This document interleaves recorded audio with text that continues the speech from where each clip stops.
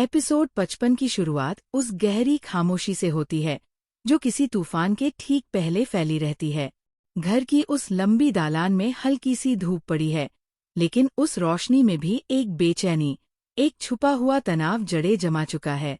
ऐसा महसूस होता है मानो पूरा घर सांस रोककर खड़ा है और हर दीवार एक ऐसी बात सुनने का इंतजार कर रही है जो अभी तक जुबान पर नहीं आई।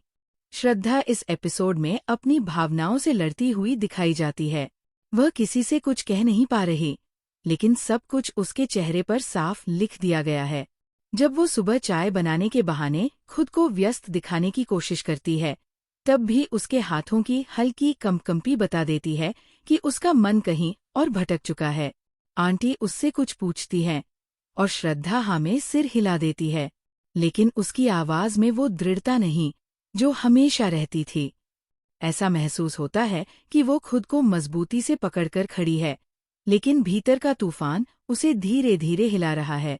दूसरी तरफ अविनाश मिश्रा का किरदार इस एपिसोड में बहुत संयमित है, लेकिन वह संयम उसके भीतर की उथल-पुथल को ढकने की कोशिश है। वह कई बार श्रद्धा के पास जाने का मन बनाता है, फिर खुद को रोक लेता है। उसकी आंखों में एक अजीब सी चिंता है, मानो उसे डर हो कि कहीं श्रद्धा उससे दूर न चली जाए। वह अपने कमरे में बैठकर फाइलें पलटता है, लेकिन उसका ध्यान बार बार उस पल की तरफ लौट जाता है जब उसने श्रद्धा को आंसू पोंछते हुए देखा था। उसका दिल किसी अनजानी चोट से भारी है।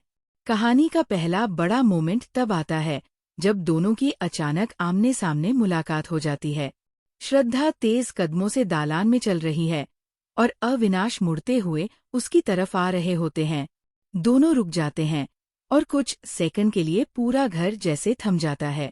श्रद्धा अपनी नजरें अविनाश की आंखों से चुरा लेती है, क्योंकि उसे डर है कि अगर उसने एक पल भी ज्यादा देखा तो उसकी सच्चाई बाहर आ जाएगी। अविनाश कुछ बोलना चाहते हैं, लेकिन शब्द इतने भारी हो गए हैं कि उनकी आवाज गले तक आते आते वापस उतर जाती है। श्रद्धा जल्दी से आगे बढ़ जाती है, पर उसका वो एक पल अविनाश को भीतर तक हिला देता है। वो वहीं खड़े रह जाते हैं, आधे सवाल, आधे डर और पूरा दर्द लेकर। घर के बड़े लोग, खासकर दादी, इस बदलते माहौल को बहुत ध्यान से देख रही हैं।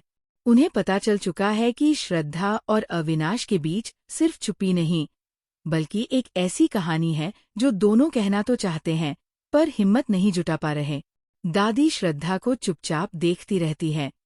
उसके चेहरे की थकान, उसकी घबराहट, उसकी झूठी मुस्कान, सब कुछ उनकी नजरों से बच नहीं पाता। और दादी के चेहरे पर चिंता की लकीरें गहरी होने लगती हैं। दोपहर के समय कहानी अपने सबसे भारी हिस्से में प्रवेश करती है।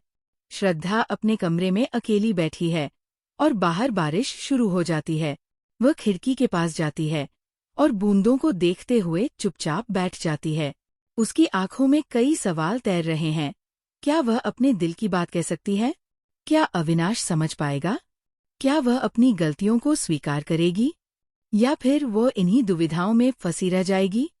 उधर अविनाश भी उसी खिड़की की दिशा में कहीं दूर खड़े बारिश को देख रहा होता है। वह खुद से बुदबुदाता है, कभी कभी बस एक शब्द ही काफी होता है। पर शायद हम दोनों ही बोलने से डरते हैं। दोनों अलग अलग कमरों में हैं, पर दिल एक दूसरे तक पहुंचने की हर कोशिश कर रहे हैं। यही इस एपिसोड की खूबसूरती है। चुप्पी भी बोल रही है, बारिश भी बोल रही है, और दोनों के भीतर दबा प्यार भी बोल रहा है। एपिसोड का सबसे भावुक मोमेंट अंत में आता है, जब श्रद्धा आखिरकार हिम्मत जुटाती है। वह गहरी सांस लेकर नीचे आती है, जहां अविनाश अकेले बैठा है, थका हुआ, टूटता हुआ। कई सेकंड तक श्रद्धा बस उसे देखती रहती है। उसकी आंखों में वह सब पढ़ लेती है जो अविनाश ने कहने की हिम्मत नहीं की। आखिरकार श्रद्धा धीमी लेकिन साफ आवाज में कहती है, अविनाश, क्या हम थोड़ी देर बात कर सकते हैं? अविनाश की आंखों में एक पल के लिए उम्मीद की रोशनी चमक उठती है, जैसे कोई लंबे अंधेरे में खड़ा व्यक्ति अचानक सूरज देख ले। एपिसोड यही खत्म हो जाता है।